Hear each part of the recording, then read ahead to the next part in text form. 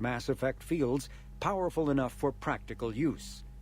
The relative strength of biotic abilities varies greatly among species and with each individual. There are 3 branches of biotics. Telekinesis uses mass-lowering fields to levitate or impel objects. Mass-raising kinetic fields are used to block or pin objects. Distortion uses rapidly shifting mass fields to shred objects.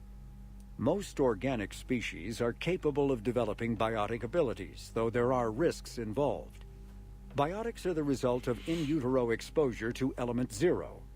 This usually causes fatal cancers in the victim, but in rare cases it coalesces into nodules within the fetus's developing nervous system.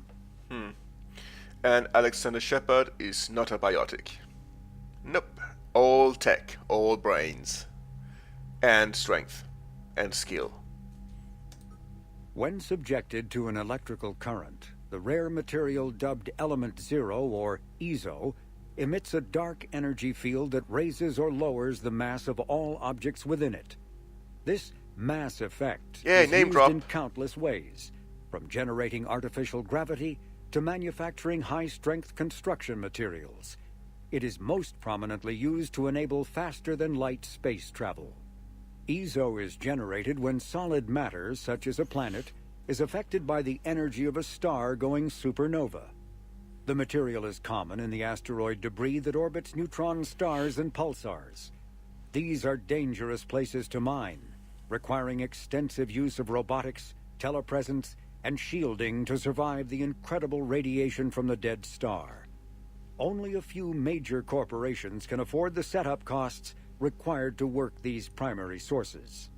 Humanity discovered refined Element 0 at the Prothean Research Station on Mars, allowing them to create mass effect fields and develop FTL travel. That's nice, I see. Yeah, mass effect is actually when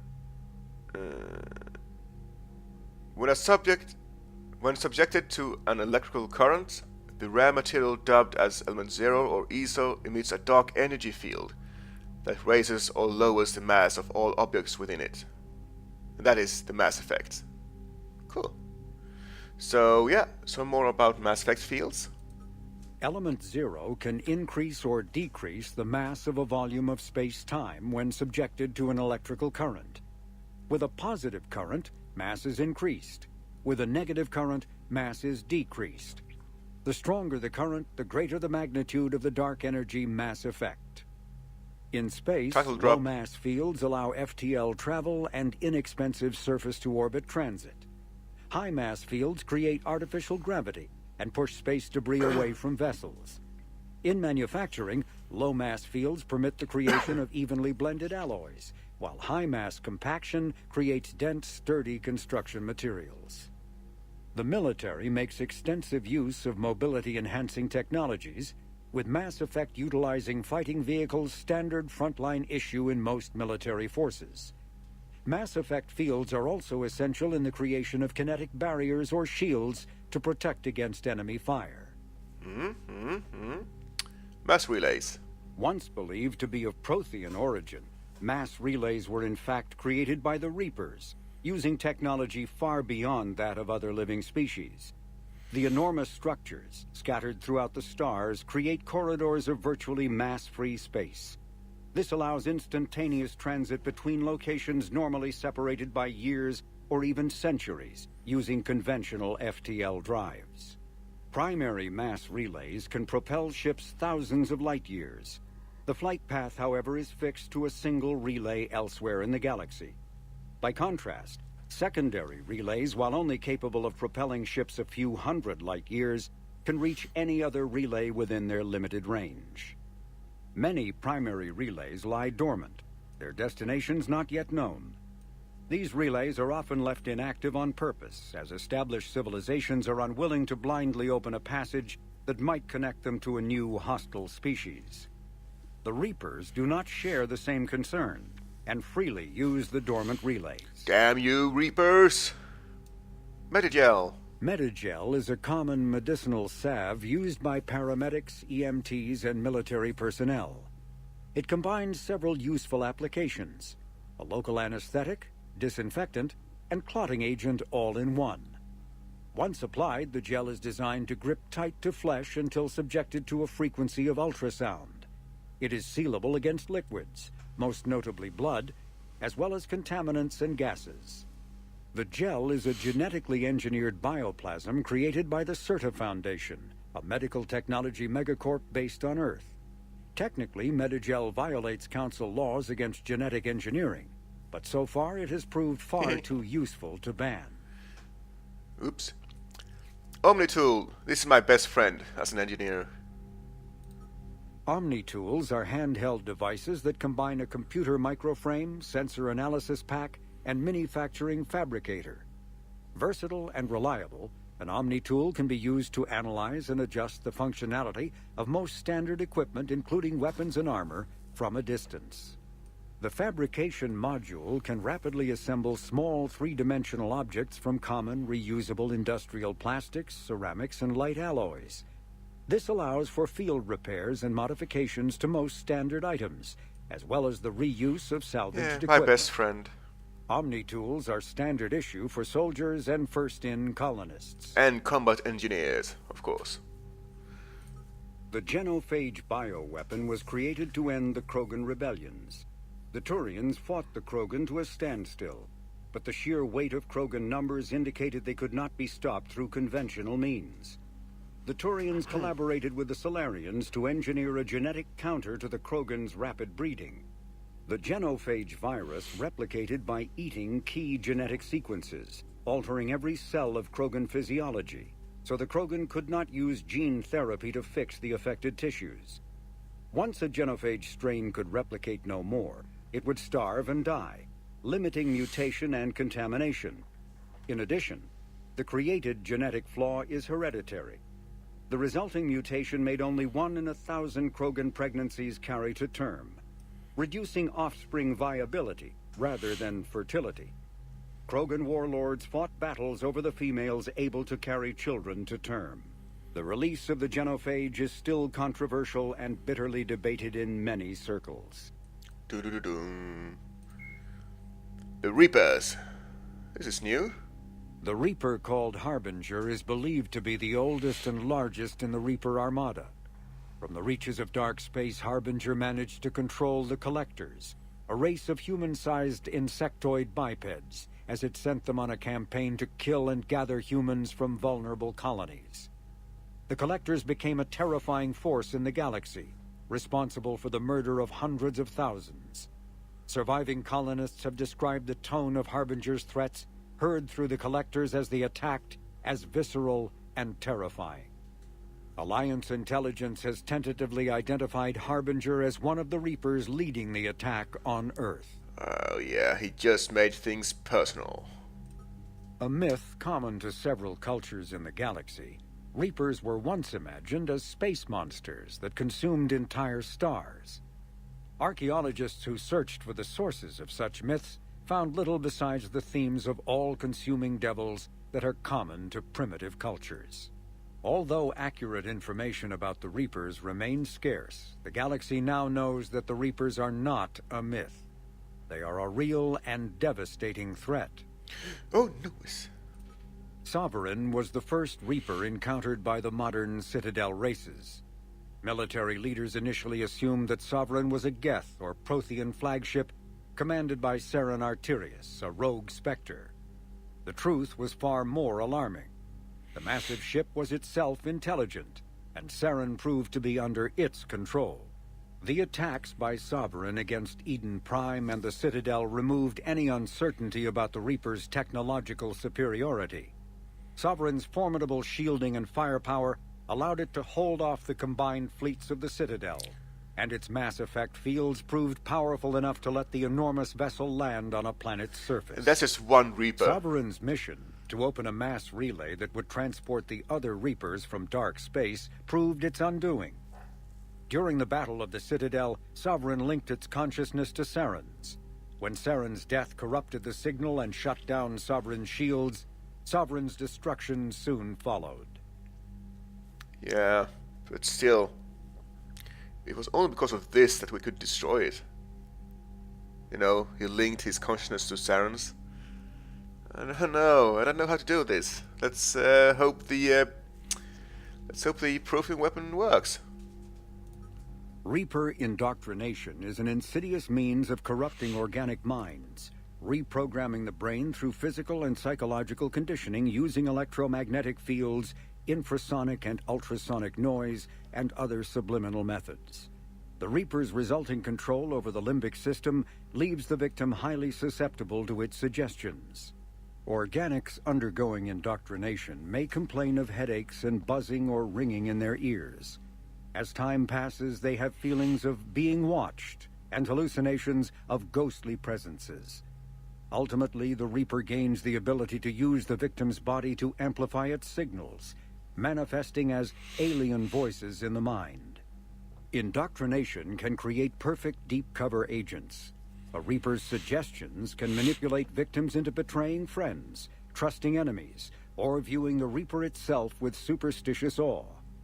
Should a Reaper subvert a well-placed political or military leader, the resulting chaos can bring down nations.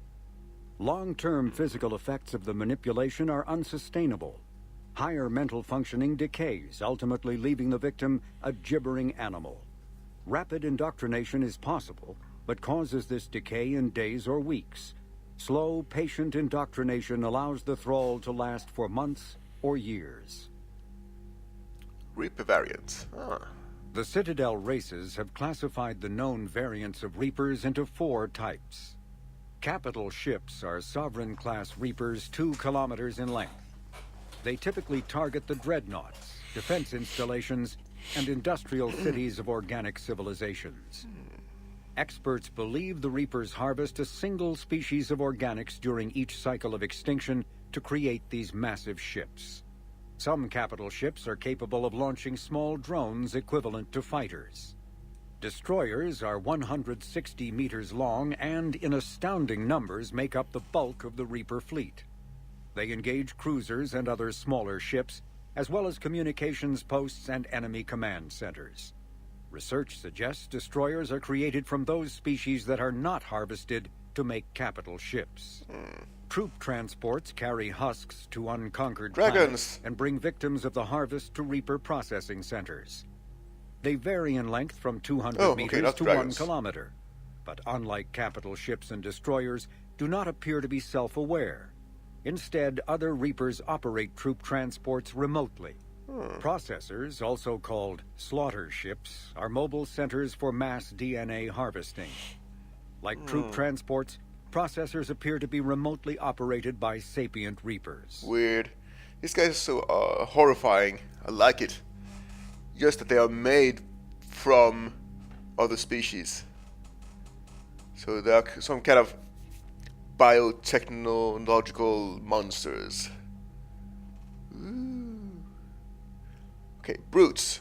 The brute is a hulking amalgamation of Turian and Krogan victims of the Reapers.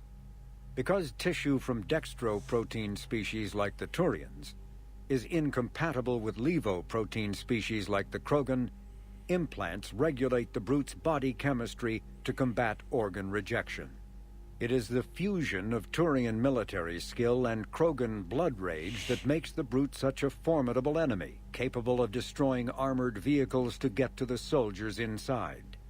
Troops are advised to keep their distance and, whenever possible, not engage a brute alone. Got it. Alright, so the Cannibal. The brute cannibals are frontline Reaper units created from corrupted Batarians. Disgusting. The nickname refers to their propensity to devour the bodies of fallen comrades. This triggers a biochemical process through which the cannibals spontaneously heal themselves and grow new chitinous armor. The transformation also appears to give cannibals a greater awareness of their surroundings, leading to more strategic behavior and careful use of battlefield cover. Yeah, I always try to take out these guys first in a firefight, or at least freeze them so they can't eat others.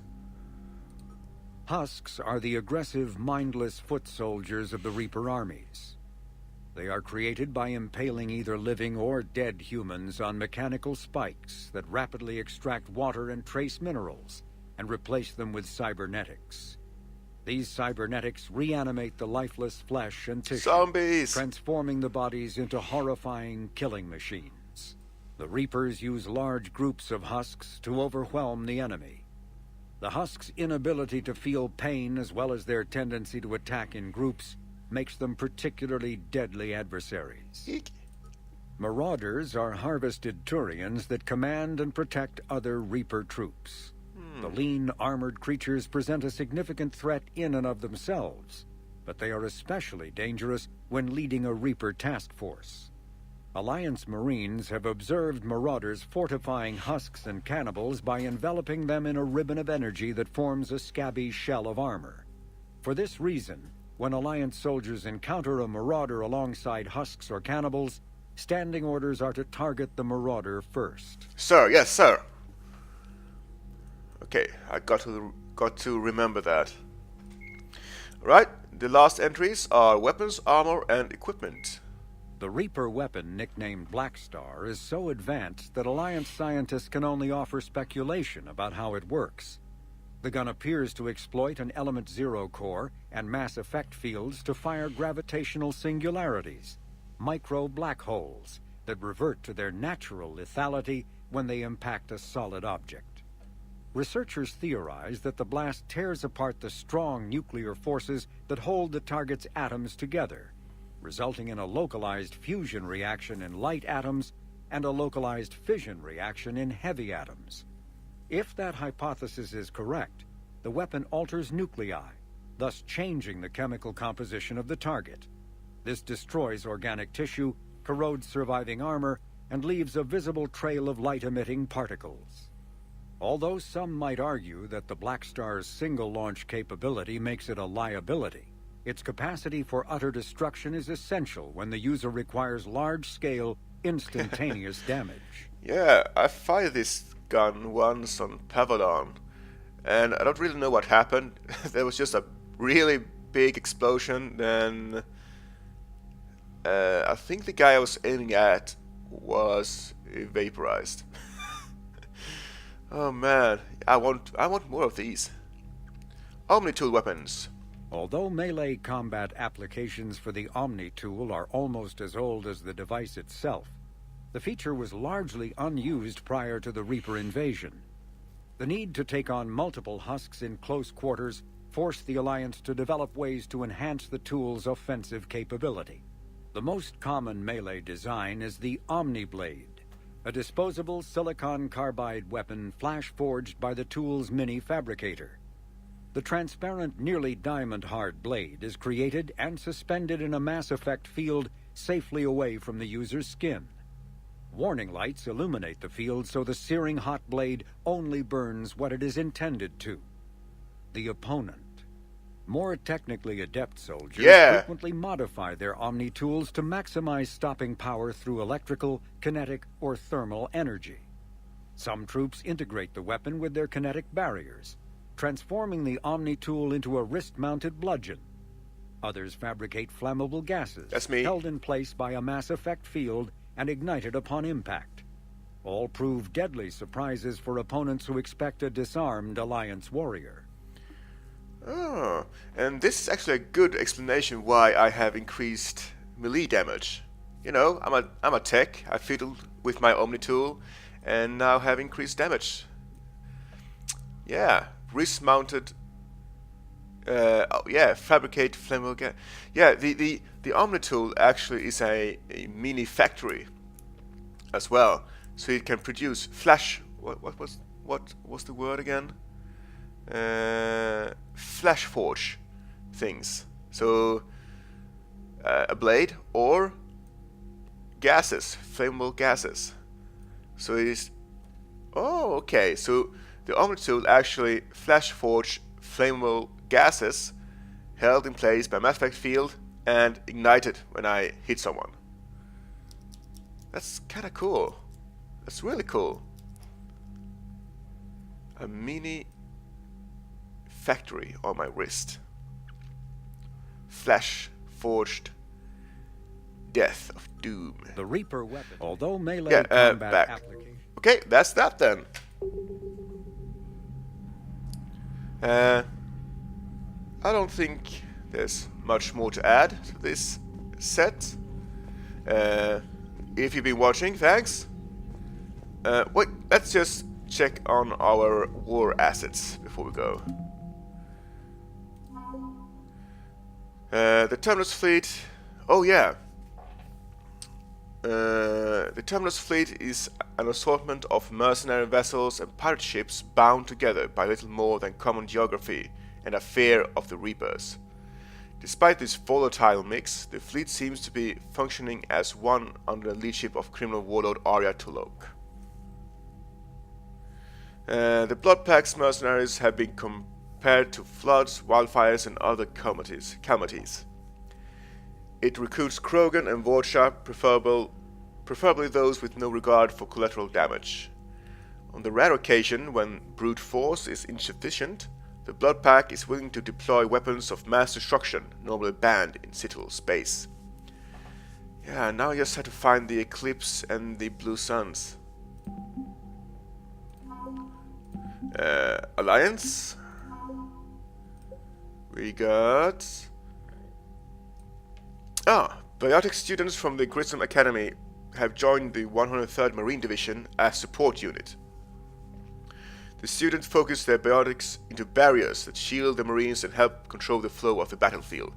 And I actually think this is a very good idea, because they are not trained in live fire scenarios. Well, no, not trained. They have experienced it slightly in the Grissom Academy attack, but I think it's so much better if they actually defend the guys who are experts that know how to fight. And hopefully they can defend them pretty well with their barriers.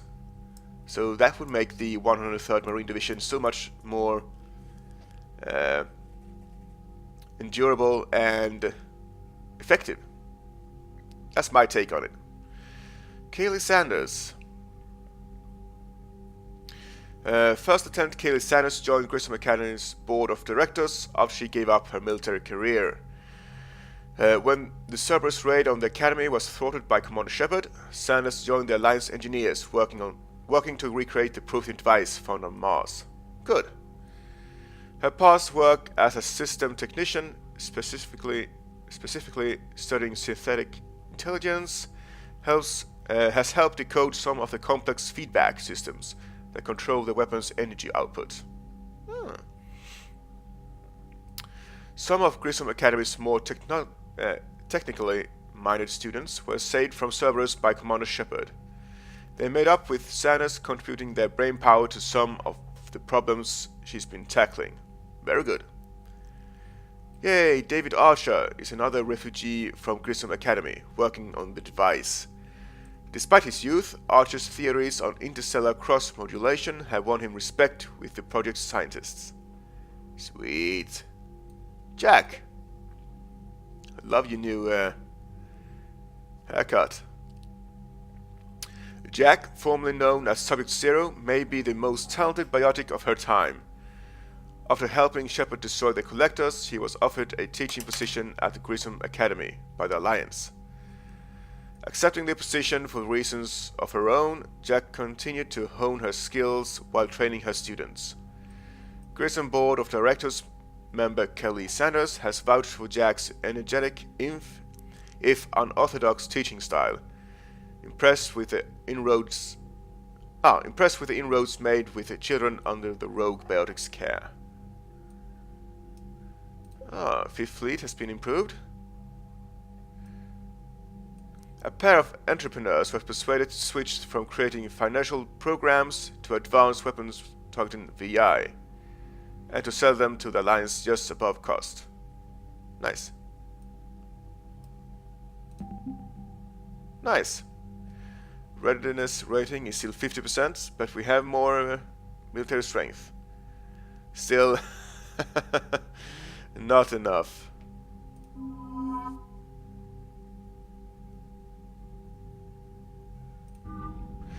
Well, that was quite the episode. lots of listening, lots of talking. So if you've been watching, thanks, and next time there will be probably more talking, but at least with NPCs and crew members. So thanks, and I'll see you later.